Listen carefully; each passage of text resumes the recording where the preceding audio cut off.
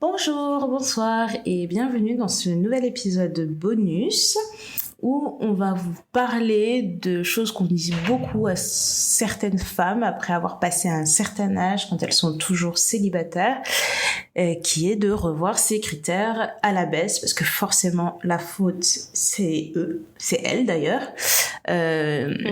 Et que non pas les hommes, mais ce sont les femmes qui sont trop compliquées, qui sont trop exigeantes, qui en veulent toujours plus. Donc voilà, on vous souhaite une très très bonne écoute. Alors, bon, Ndaya, je sais que tu es toujours en train de te remettre de ta maladie.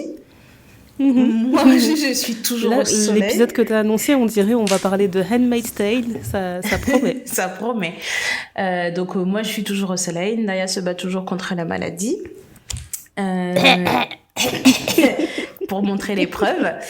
Donc, voilà, on va commencer cet épisode par une petite anecdote qui va nous permettre de mettre un peu de contexte et de mettre les fondations à la construction de notre petite maison.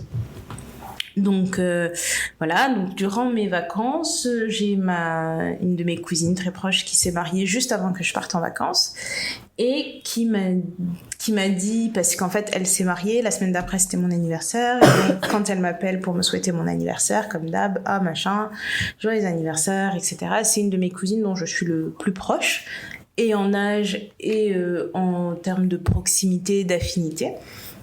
Et donc pendant son message d'anniversaire... Celle avec qui vous connaissez depuis les couches, quoi. Ouais, franchement, on est sœurs de lait, enfin, tu vois, on a tout fait, quoi. Je pense que, tu vois, ça fait partie de ces personnes dans ta vie où tu ne sais pas expliquer quand est-ce que vous vous êtes rencontrés, et il y a des photos de nous, bébés, deux grosses boules qui savent pas marcher, collées l'une à côté de l'autre, tu vois, donc c'est vraiment, comme on dit, le sang. Ouais. Et donc voilà. Et donc, elle m'appelle pour mon anniversaire en me disant, écoute, un très joyeux anniversaire. Moi, je te souhaite vraiment surtout beaucoup d'amour, d'être avec quelqu'un avec qui tu vas faire toute ta vie et que ton cœur soit apaisé, etc., etc., etc.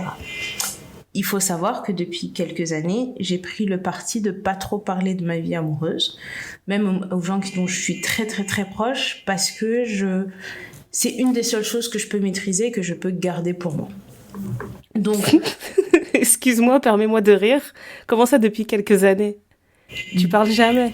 Wow. Je raconte quoi? Bon, en tout cas, bref. Tu parles jamais. Ça fait partie des choses. Tu parles encore moins alors. Dont je... Bon, ça fait partie des choses dont je parle très, très, très peu, voire pas. Et donc, du coup, à moins que cette personne, elle soit vraiment solide, tu sais, je peux vivre des relations pendant des années, plein de membres de ma famille ou de mes proches ne l'ont pas rencontré parce que c'est comme ça. Ça peut paraître bizarre pour certaines personnes, mais en tout cas, moi, c'est comme ça que je fonctionne. Donc, elle me dit tout. C'est ma recette, ça ne m'a pas porté préjudice jusqu'à présent, donc... La recette change toujours un peu, on ajoute un peu de ceci, on enlève un peu ça, etc. pour la rendre un peu parfaite. Mais en tout cas, comme c'est là, sachez simplement que je suis en paix, mon cœur est en paix. Donc, ma cousine me dit tout ça, machin et tout. J'ai dit, oh, toi, de toute façon, tu forces toujours, machin. J'ai dit, ça, c'est le côté de, oh, je viens de me marier, et maintenant, tu veux que tout le monde se marie. Et aussi, il faut savoir que ma cousine et moi, par rapport au mariage, nous avons deux visions complètement différentes. Pour moi, ce n'est pas un but, pour elle, c'en est un. Pour vraiment bien mettre les fondations de cette histoire. Elle me dit tout ce qu'elle m'a à me dire, message mignon, on rigole, après on commence à faire les congosa sur les gens de la famille, tout ça, ce qui s'est passé, machin, le débrief de son mariage, etc., etc. Et donc, du coup, quand on raccroche, moi, je fais pas cas, quoi. On a raccroché, on s'est dit ce qu'on avait à se dire. Maintenant, 2 jours après, je crois, je reçois un message de ma cousine, mais c'est juste un numéro de téléphone. Sans aucune explication. Sans aucune explication. Et ensuite, je lui dis, mais c'est quoi ça? Et là, elle m'envoie une note vocale. Elle me dit, mais là où t'es, il y a l'ami donc, de son mari qui est là aussi. Et ça tombe bien. J'ai besoin d'un truc qui se trouve que là-bas parce qu'en France, c'est hyper cher. Il pourra venir te le déposer. Il n'y a pas de problème, comme ça tu me ramènes ça à la maison. Il faut savoir que dans la conversation que j'avais eue avec ma cousine, elle m'avait dit là où tu es, est-ce que tu peux m'acheter telle chose pour ramener? J'ai dit de toute façon, toi t'es toujours comme ça, quand je vais quelque part, tu m'envoies toujours une liste de courses, je verrai si je peux le faire. Elle n'a pas entendu cette partie, soi-disant. Et donc, du coup, elle m'envoie ce numéro de téléphone, elle m'explique que c'est pour ça. Et en fait, quand elle m'a donné son explication, mon sang n'a fait qu'un tour. J'ai vu rouge. Parce que c'est vraiment le truc que je déteste le plus au monde, c'est qu'on donne mon numéro de téléphone sans m'avoir posé la question. Non mais ça, c'est une violation que les gens ont trop banalisée, je trouve. C'est ça. Et en plus, tu sais, c'est un numéro de téléphone où tu passes directement sur WhatsApp parce que vous êtes pas dans le même pays, donc. Et WhatsApp, je trouve que ça te force dans l'intimité, là où avant tu envoyais un SMS, tu voyais pas la tête de la personne, tu voyais pas si la personne était en ligne. C'est exactement ce que j'allais dire, parce que je me ligne. disais, WhatsApp, c'est un cercle. Parce que c'est une application, en fait. C'est pas comme le fait d'envoyer des SMS. Donc, une application, on part du principe que tu décides d'interagir avec qui tu as envie d'interagir, c'est tout. Exactement. Mais le fait de pouvoir être... Parce que là, c'est du démarchage. Tu peux être démarché sur WhatsApp. Démarchage téléphonique. J'aime pas ça du tout. J'aime pas ça du tout. Donc, pour faire un peu court, voilà, j'ai pris 2 jours à redescendre un peu mes nerfs parce que je me suis dit, ça sert à rien que je m'embrouille avec ma cousine. Pour un truc comme ça, mais je vais lui faire comprendre que ça tombe bien, ça suffit. Et donc je l'appelle 2 jours après, je lui dis si t'es au travail, appelle-moi quand t'as 2 minutes, ou même le soir, pas d'urgence, etc. Je lui fais un texto et quand on s'appelle, je lui dis ça va et tout, je lui dis oui mais je comprends pas pourquoi telle personne va me contacter pour le truc que tu m'as demandé, en sachant que moi je t'avais dit que j'allais m'en occuper. Elle dit mais j'avais pas entendu ça. Je lui dis ok c'est pas grave, mais déjà un truc s'il te plaît donne pas mon numéro aux gens, je supporte pas ça, peut-être que tu savais pas ou quoi que ce soit, mais moi j'aime pas qu'on donne mon numéro sans demander, machin. Elle me dit oui mais c'est l'ami de mon mari, t'inquiète pas, nanana. J'ai dit ouais moi j'ai pas de problème, y a pas de stress, mais c'est juste que j'aime pas ça, tu vois. J'ai dit en plus cette personne là entre temps m'a écrit en me disant je suis un tel, comme tu es la sœur d'une telle, elle m'a dit qu'elle a besoin d'un truc, nanana, quand est-ce que je peux passer pour te déposer les trucs, nanana et tout. Moi je dis dites-moi où est-ce que vous êtes, dans quel quartier, on se donne rendez-vous quelque part, comme ça je récupère le truc. Oh non, on peut pas faire ça comme ça. Moi quand je viens chez vous en France, votre sœur me reçoit toujours très bien. Je peux au moins vous inviter au restaurant. Et comme ça, on peut au moins pour parler. Déposer un colis. Exactement. Bah dis donc. Un restaurant. Et donc déjà, moi, quand je lis cette phrase, les gens aiment dire que je surréfléchis tout, machin, etc. Quand je lis cette phrase, je me suis dit, ça sent l'embrouille. Ça sent grave l'embrouille. Ça sent l'embrouille. Et je connais ma cousine. Et donc du coup, c'est à ce moment-là. Ouais, donc ça veut dire que je suis sûre qu'elle sait très bien que t'aimes pas qu'on donne ton numéro, mais là, elle s'est dit... Non, je vais passer outre sa règle parce que je pense que ça en vaut la peine. Exactement, advienne que pourra. Donc, du coup, quand elle fait ça, donc je redescends et c'est après avoir reçu ce message que je l'appelle et on se parle et puis je lui dis oui, d'ailleurs, l'ami de ton mari m'a écrit pour machin. Elle me dit ah oui, c'est vrai, c'est cool, machin. J'ai dit franchement, tu l'as dérangé pour rien. Et je vois que ma cousine, elle dit oh oui, mais bon, c'est pas grave, c'est vraiment un très bon ami de mon mari, tout ça. Je lui dis ah ok, d'accord. Je lui dis du coup, parce que là, il commence à me demander à m'inviter à dîner pour récupérer, le colis, c'est la taille d'une enveloppe, c'est vraiment un petit truc, quoi. Je lui dis, mais déjà, tu le fais déplacer, il va se déplacer pour un énorme... pour rien, parce que c'est juste l'équivalent d'une enveloppe. De 2, m'inviter au restaurant pour ça, je vois pas l'intérêt, quoi. Oh, mais vas-y, c'est pas grave, tu peux aussi te faire des amis. Et là, je la regarde, je lui dis... En fait, j'ai déjà des amis. J'ai pas besoin de me faire de nouveaux amis. Et puis, elle insiste trop et je lui demande, en fait, de jurer sur la tête de son dernier enfant que c'est pas elle qui l'a envoyé sous d'autres prétextes. Elle a commencé à dire « Oh non, je peux pas jurer. » J'ai dit « Tu vois. » J'ai dit « Tu vois. Là, tu vas me mettre dans des situations embarrassantes. » Pour des trucs vraiment... On aurait pu éviter ce genre de choses. Pour un repas gratuit. Non, pardon. Et après, on a quel âge? Non, mais après, moi, je vais devoir, tu vois, bloquer ce type.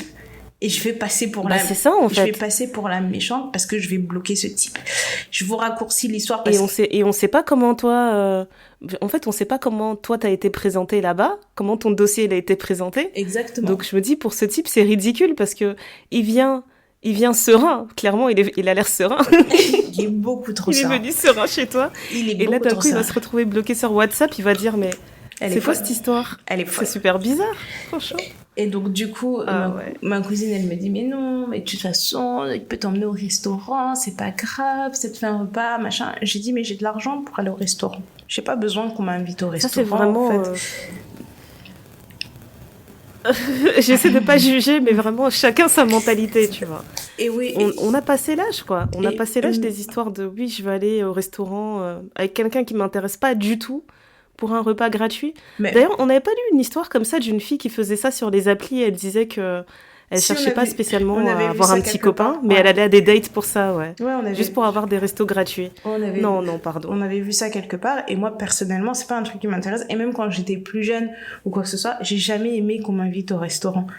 Enfin, c'est pas un... Peut-être que je suis trop fière ou quoi au caisse, mais tu vois, je voulais...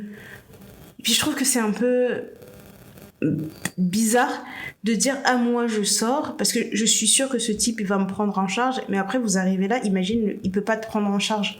Et puis, vous êtes là comme deux imbéciles parce que vous avez pas d'argent. En fait, pour moi, c'est même pas... Parce que moi, ça me dérange pas qu'on m'invite. Mais vraiment, le côté de... Comme t'as dit, tu sors et t'es à la merci de cette personne, en fait. Exact. Ça, c'est pas OK. Tu dois toujours avoir tes sous, tu dois avoir un minimum de sortie, tu dois avoir un minimum de sécurité, d'indépendance. Parce que tu sais pas comment ça va tourner. T'as toujours aucune idée de comment ça va tourner. Donc, dans ce sens-là, oui. Je trouve ça ridicule de se dire seulement, je vais me faire belle et je vais profiter d'un repas gratuit. Et après, il y a aussi le fait que... Ok, moi j'aime bien qu'on m'invite, mais par contre, je suis très, très, très chiante sur les personnes qui vont me tenir compagnie. Exactement. Donc juste l'idée de me dire que je vais accepter de sortir avec quelqu'un et de supporter cette personne tout le temps d'un repas, juste parce que je paye pas le repas, je trouve ça fou. C'est limite une torture psychologique pour moi. Mais en plus, un repas, c'est long, tu vois. Même quand tu fais des premiers dates, moi, j'ai toujours été partisane qu'un premier date, aller dîner, aller manger, quoi que ce soit, même un déjeuner, c'est déjà beaucoup trop long. On va d'abord boire c'est super long. On va boire un verre, et si au bout de 15, 20 minutes, 30 minutes, je me sens, exit, sortie, calme. Mais si moi, j'aime bien l'idée des gens qui font des dates au café. Hein. Franchement, c'est très bien. Vous allez prendre un café, un petit snack, allez hop, bye. Voilà, et puis, c'est très bien. Et puis ici, ça se passe vraiment bien. Moi, j'ai eu un date comme ça. Une fois, quand j'étais plus jeune, on avait commencé par un café, en fin d'après-midi, tu vois, très bien. Café, on parle, on rigole. Le temps passe, c'est l'heure de prendre l'apéro. Ah ça te dirait qu'on aille boire un verre ? Ouais, pourquoi pas. Ouais. On est parti boire un verre et on discute. Ah c'est l'heure de dîner. Est-ce que t'as faim, machin, je connais un super beau resto pas trop loin, ça te tente ? Ouais, pourquoi pas. Et puis finalement, vous faites un resto, vous discutez, et puis vous vous séparez, et puis le lendemain vous vous appelez. Enfin, c'était un de mes meilleurs dates parce que du coup, j'y suis allée sans aucune attente, me dire bon, on va juste boire un café, parce que là c'est pareil, c'était une autre de mes cousines dont sa meilleure amie avait son frère qui était dans la même ville que moi, et elle me dit je te connais, je le connais, j'ai l'impression que ça pourrait matcher entre vous deux. Écoute, si tu as envie, écris-lui, et comme ça vous allez boire un verre ou vous allez faire un truc. Elle me dit mais vraiment sans pression. Et tu vois, cette démarche là je l'ai appréciée parce que on m'a pas prise pour une ampoule. Et en plus de ça, tu te dis, c'est vraiment mon bon vouloir, quoi. C'est si tu es OK, moi, je dis à ma pote de dire à son frère que, tu vas recevoir un message d'une telle, ou tu peux écrire à une telle. Enfin, je sais plus comment ça s'était passé, voilà. Mais finalement, il n'y avait pas de dindon dans la farce, quoi. Donc, c'est ça. Donc voilà. Après, je pense qu'il y a plein de gens, ça les dérange pas d'avoir un peu de matchmaking dans la vie, parce que c'est vraiment, c'est le moyen de rencontrer le plus ancien du monde, tu vois, c'est comme le téléphone arabe. Donc moi, je pense que ça a ses bons côtés, etc. Bien sûr. Moi, c'est vraiment, en tout cas, dans le date que tu me racontes, là, que tu as eu, je trouve que c'est assez sain, mais pour l'autre date qui n'aura jamais lieu, du coup. Qui n'en est pas un, d'ailleurs. Ce que je trouve malsain, c'est le côté de, je fais ça à ton encontre, comme si c'était une nécessité, en fait. Exactement. Et en fait, le truc aussi qui m'a pas plu, c'est que bon, la personne, quand elle m'a écrit, moi, après avoir parlé avec ma cousine, je lui ai dit en fait à ma cousine, je lui ai dit là, en fait, je vais être obligée d'être désagréable vis-à-vis d'une personne à qui je ne sais pas qu'est-ce que tu lui as dit, mais en fait, ne fais plus jamais ça. Je dis parce qu'en vrai de vrai, quand j'ai vu ce message, j'avais envie de t'insulter. Et j'ai pris 2 jours pour me calmer, pour éviter justement de créer un truc où on est en train de s'embrouiller, parce que c'est vraiment un truc ridicule. Mais sache que si tu me refais un truc comme ça, en fait, je vais vriller. Parce que je supporte pas ça, tu vois. J'ai dit, c'est pas comme si je t'avais demandé de l'aide. C'est pas comme si je t'avais dit, ouais, franchement, je galère. Mais tu vois, c'est la question que j'allais te demander, justement, Non, parce que je sais qu'il y a des personnes qui vont pas dire, sans forcément dire je galère, tu vois, mais juste dire...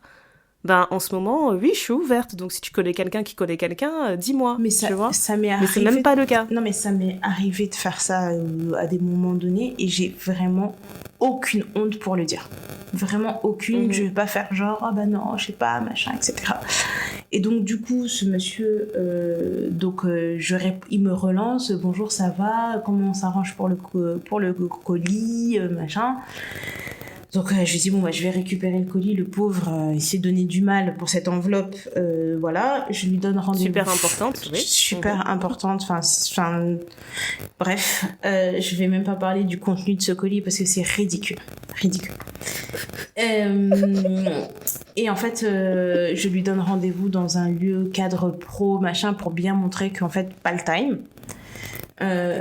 Et donc il commence à dire ah bonjour, donc déjà ah bonjour, il s'approche pour me faire la bise, je tends ma main, ça donne déjà le ton direct, on n'est pas des amis, voilà. Tu vois.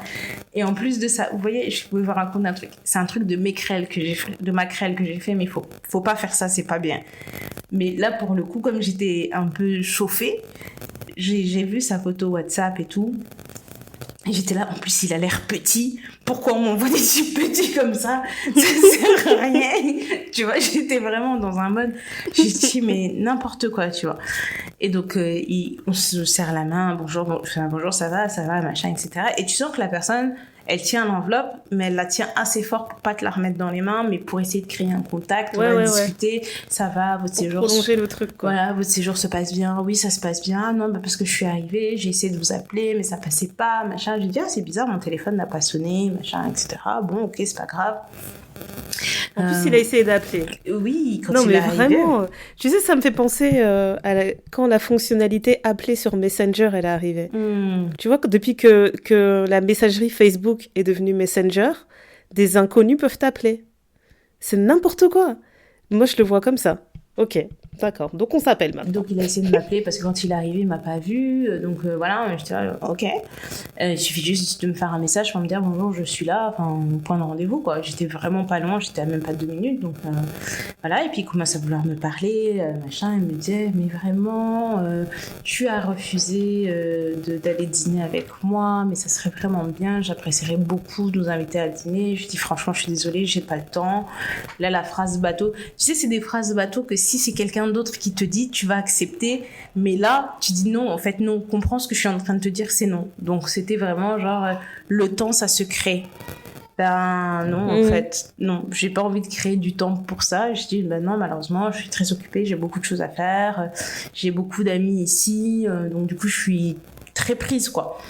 Et voilà, pour les moments où je suis pas prise, ben je m'occupe. Oh, mais vraiment, si tu peux trouver un peu de temps, ça peut être un peu rapide, etc., etc. Je dis, non, vraiment, je suis désolée. Bon, bah, c'est pas grave. De temps en temps, je vais continuer à t'écrire, prendre un peu de tes nouvelles. Je lui dis, non, c'est pas vraiment nécessaire. C'est vraiment pas nécessaire. Ah, mais tu pars quand? Je dis, je pars à telle date.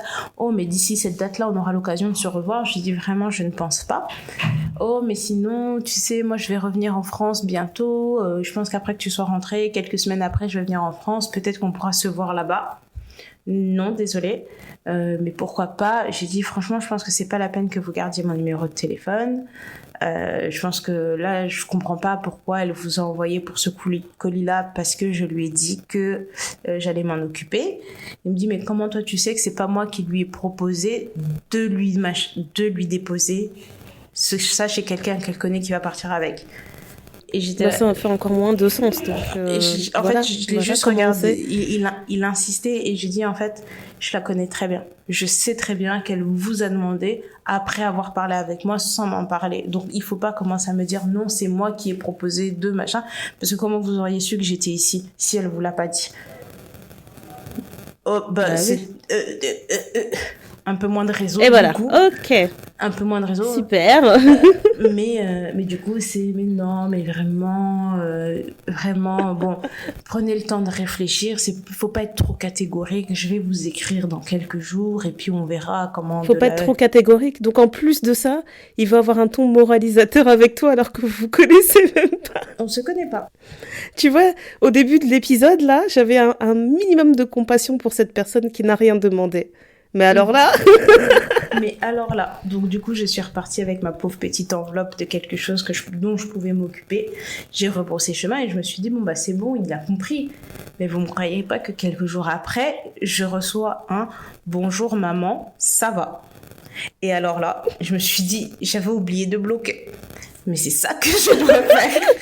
Je dis vraiment, c'est ça que je dois Oh faire. mon Je Dieu. dois bloquer ce numéro de téléphone. hey mama. Non mais tu vois, tu me dis hey ma, je vais être là, oh my god, so hot.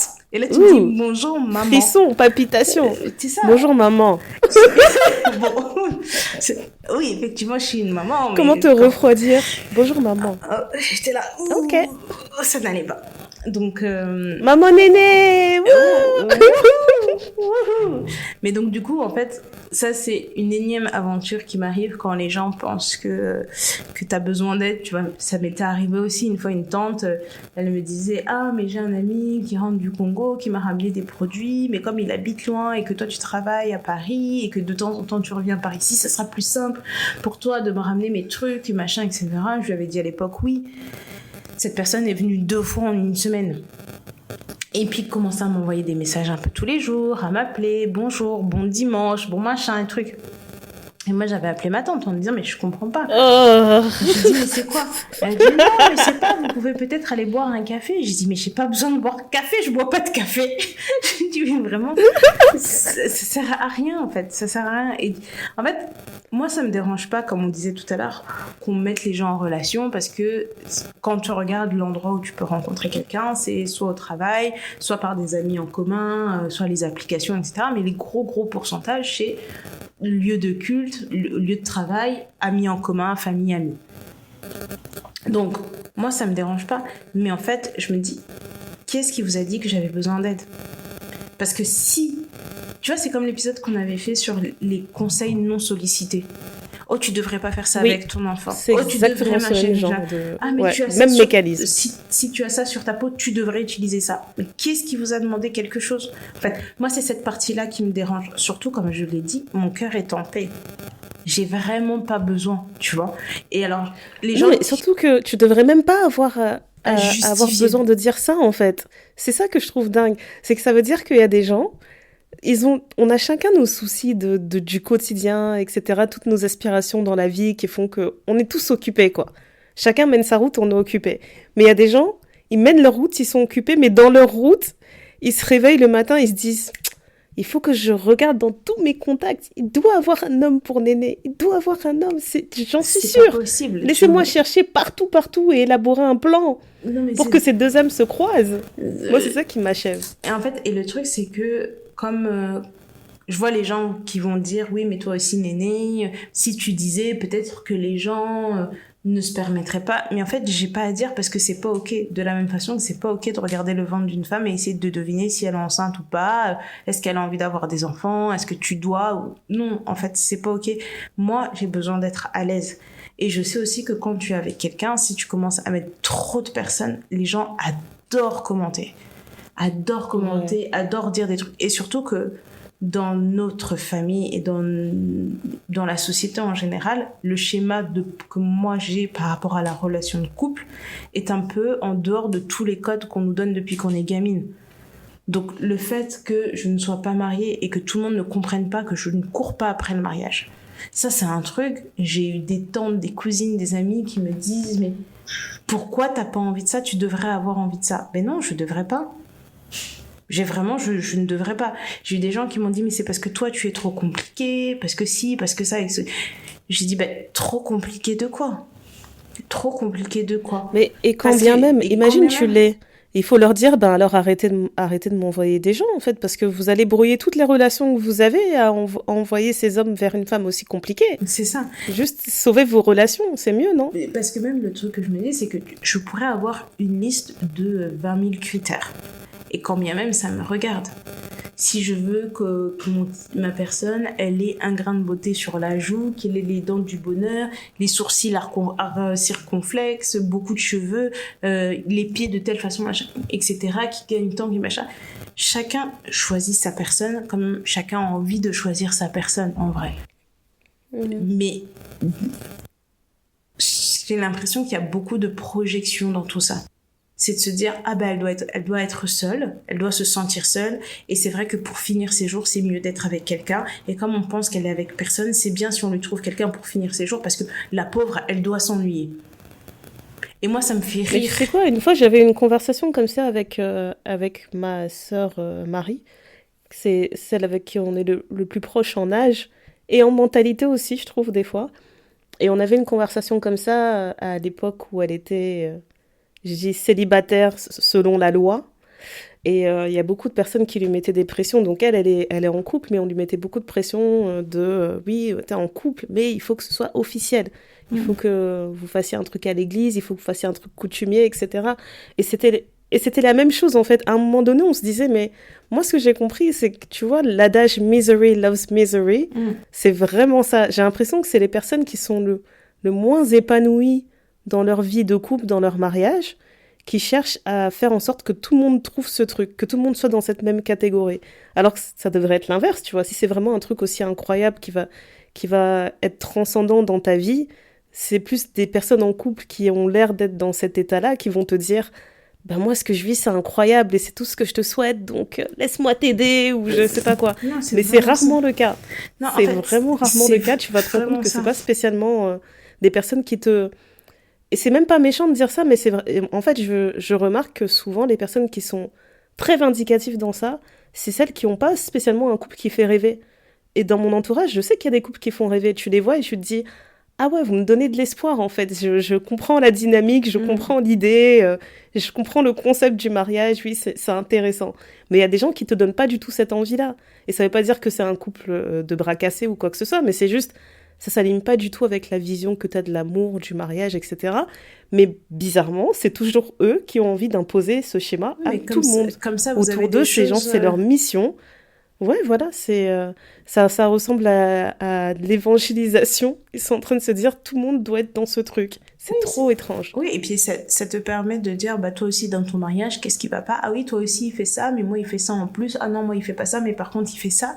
Et puis vous vous retrouvez, vous faites des soirées tupperwares où chacune va parler de son mari. Vous faites des dîners en couple. Mais rapidement, les filles sont d'un côté, les garçons sont de l'autre. Et puis, chacun dit, ah, toi, tu fais ça, et moi, machin. Et je comprends la démarche de ma cousine, parce que tu sais, quand t'as une joie immense sur un truc, t'as l'impression que tout le monde doit vivre cette joie-là, avoir cette expérience-là. T'as envie de ça, mais ça fonctionne si et seulement si... la personne les étoiles s'alignent. Oui, et puis si la personne elle a envie de vivre ce genre d'expérience, moi je peux pas dire du coup être mère c'est un truc incroyable, il faut que tout le monde devienne mère.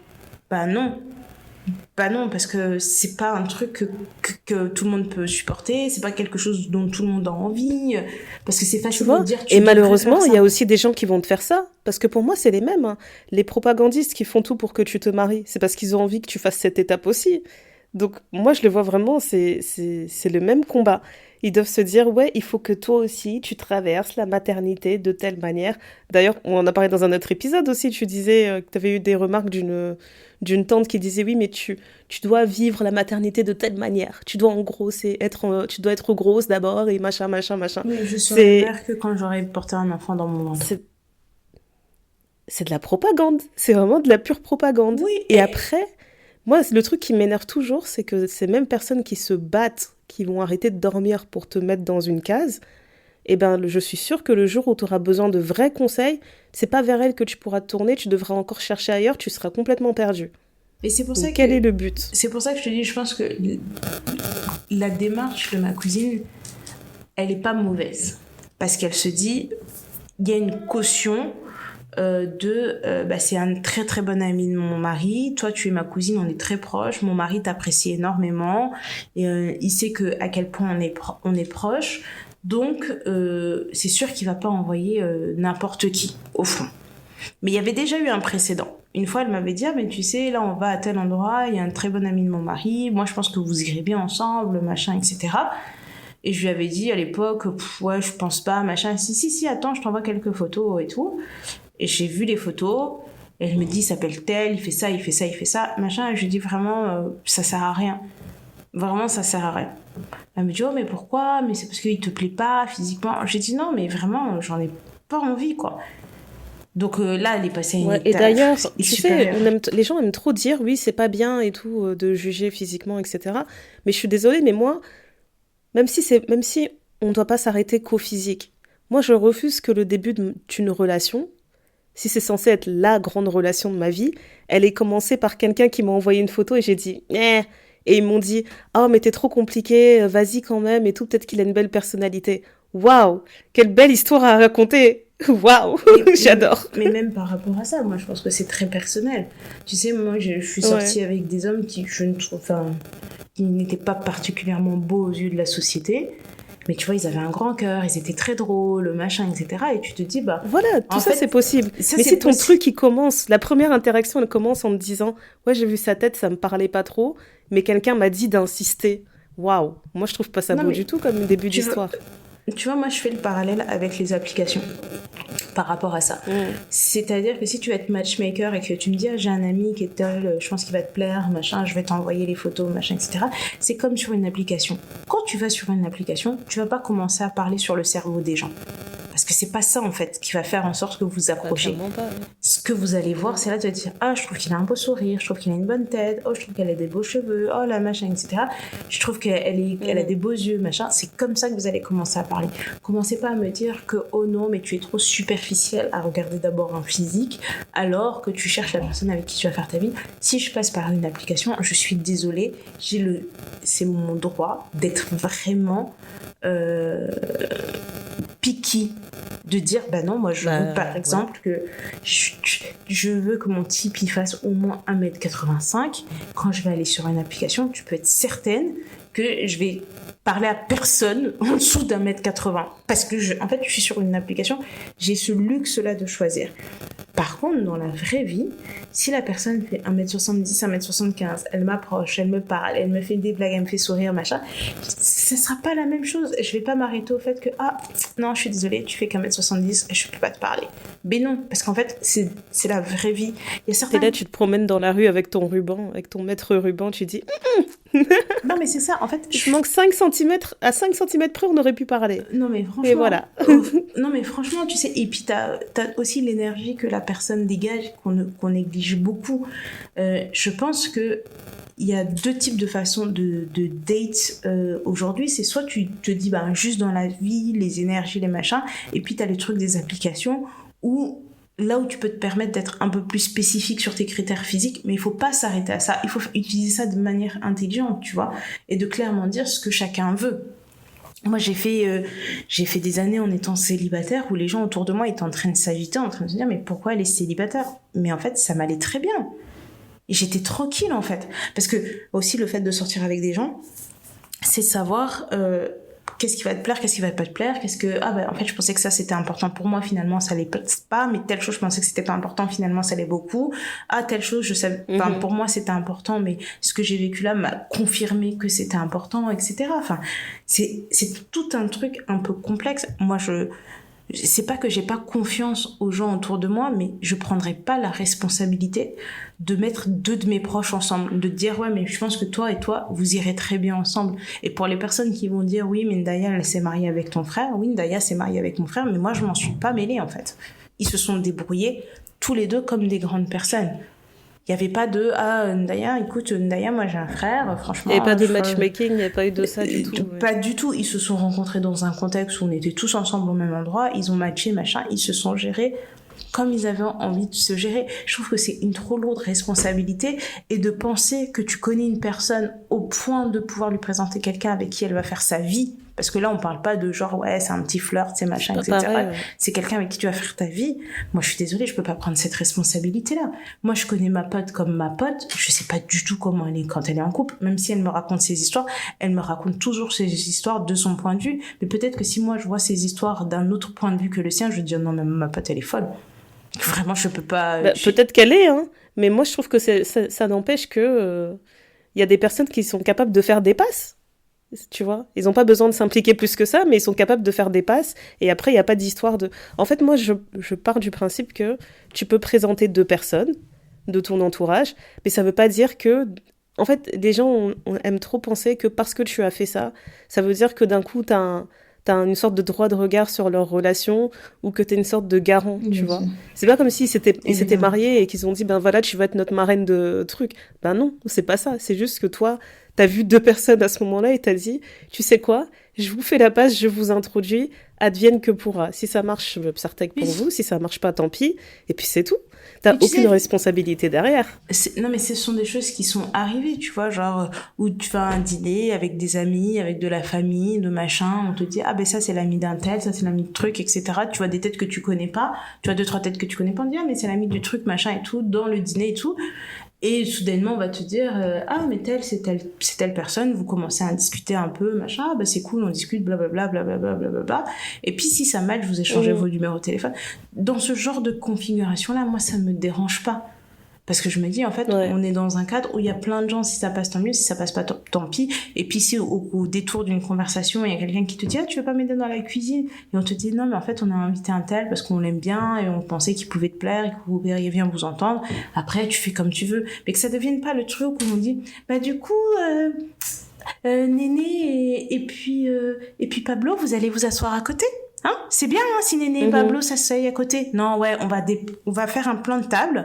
Comme ça, Néné et Pablo sont assis l'un à côté de l'autre, quoi. Tu dis, mais en fait, qu'est-ce qu'il y a, en fait?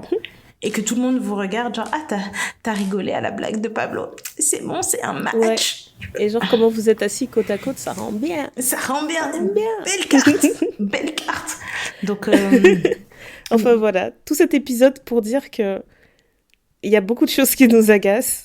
J'essaie de faire un récap de tout ce qu'il y a à retenir. Partager le numéro de téléphone des gens comme ça sans leur demander leur avis, c'est pas cool. Commencer à présenter des inconnus ou à vous mettre dans les bras d'un inconnu sans prévenir, sans avoir un petit heads up, sans avoir un petit avant-propos, c'est déplacé. Dire à vos amis qu'elles sont compliquées, je trouve que c'est tellement contre-productif. Il y a plein de manières d'avoir une conversation, admettons, hein, qu'il y ait vraiment une amie qui est compliquée. Il y a plein de manières d'avoir une conversation là-dessus, si tu as envie de l'aider, entre grosses guillemets, à améliorer ses critères ou à s'adoucir ou quoi qu'est-ce. Mais de lui dire juste, t'es trop compliqué, va voir telle personne que j'ai voulu te présenter. Ça aussi, c'est vraiment contre-productif. Et ouais, j'ai envie de dire, comme d'habitude, hein, sortez des affaires des gens. On a beaucoup de choses à faire dans cette vie. On est occupés, hein. On est vraiment occupés. Et moi, c'est quoi qu'ils disent les Américains? Ils disent go outside and touch some grass. J'adore. Ils disent vraiment sors de chez toi, touche de l'herbe. Ça va t'aider. Reconnecte-toi à la terre-mère. Mais moi, ce que j'ajouterais aussi, surtout, au-delà de tout ce qu'on s'est dit, avant de s'engager auprès de quelqu'un pour quelqu'un d'autre, assurez-vous que cette personne elle ait besoin que vous vous engagez pour elle dans quelque chose. Ne faites jamais quelque chose sans en avoir parlé avec la personne, et surtout sans lui avoir demandé, en fait, je connais telle personne, est-ce que t'es ok si je donne le numéro? Parce que c'est un monde de fous. Ça peut être le meilleur ami de ton mari, toi tu l'as connu, tu l'as vu quelques fois, vous vous entendez bien, machin, mais aller dîner avec cette personne que tu connais ni d'Adam ni d'Ève dans un pays qui n'est pas le tien, dans un endroit qui n'est pas machin, il peut se passer n'importe quoi. N'importe quoi. Et je tellement dangereux. Et après, tu vas te retrouver comme une idiote. Les gens, ils vont tous se tourner vers toi. Mais toi, pourquoi t'avais envoyé Néné là-bas? Mais parce que je pensais qu'elle avait besoin de rencontrer. Non, mais c'est ça. Maintenant, on sait pas où est Néné. Ouais. Je rigole, mais c'est pas drôle. Non, mais c'est ça. Et il faut pas voir le mal partout. Quand je dis ça, c'est pas dire que tout le monde est là pour vous agresser, tout le monde est là pour machin, etc. Mais ce que j'avais apprécié, et je clôturerai là-dessus, j'ai vu une vidéo d'un mec sur les réseaux qui disait que lui, quand il a rencontré sa femme, il vivait dans une telle partie de la ville, elle vivait dans une autre partie de la ville, mais quand il l'a rencontrée, il a rapidement compris que c'était elle sa personne. Et du coup, il a dit, moi, en fait, premier date, je lui ai proposé de venir dans sa zone pour qu'elle puisse se sentir confortable. Tu vois, qu'elle se dise pas, en fait, je vais aller là-bas, c'est près de chez lui, si jamais, machin, etc. Et il dit, en fait, dans toute la partie où ils étaient en train de dater, c'était un coup je viens dans ta zone, un coup elle va dans sa zone et vice versa. Il dit je l'ai jamais forcé à toujours venir à moi de la même façon qu'elle ne m'a jamais forcé à toujours venir à elle. Et il dit parfois on se retrouvait au milieu dans un terrain neutre pour que chacun puisse se sentir à l'aise. Il dit parce qu'en fait en vrai de vrai t'as besoin de te sentir en sécurité pour apprendre à connaître quelqu'un, pour t'ouvrir, etc. Si tu vois déjà des choses, que tu es dans un environnement que tu maîtrises pas, dans une zone que tu maîtrises pas, etc. Comme moi, je le dis à chaque fois, il faut toujours avoir une porte de sortie. Peu importe où est-ce qu'on va, vous rentrez, vous scannez, vous dites en fait, si jamais ça tourne au vinaigre, je dois être capable de partir comme ça. Et si ça se passe bien, tant mieux, on reste. Mais c'est hyper dangereux. On peut connaître très très très bien quelqu'un. Tu penses que tous les violeurs qui sont en prison, tous les agresseurs, tous les mecs qui ont commis des féminicides, etc., il n'y a pas quelqu'un dans leur entourage qui leur dit mais moi je connais très bien ce mec, je ne pouvais pas imaginer qu'il pouvait faire quelque chose comme ça.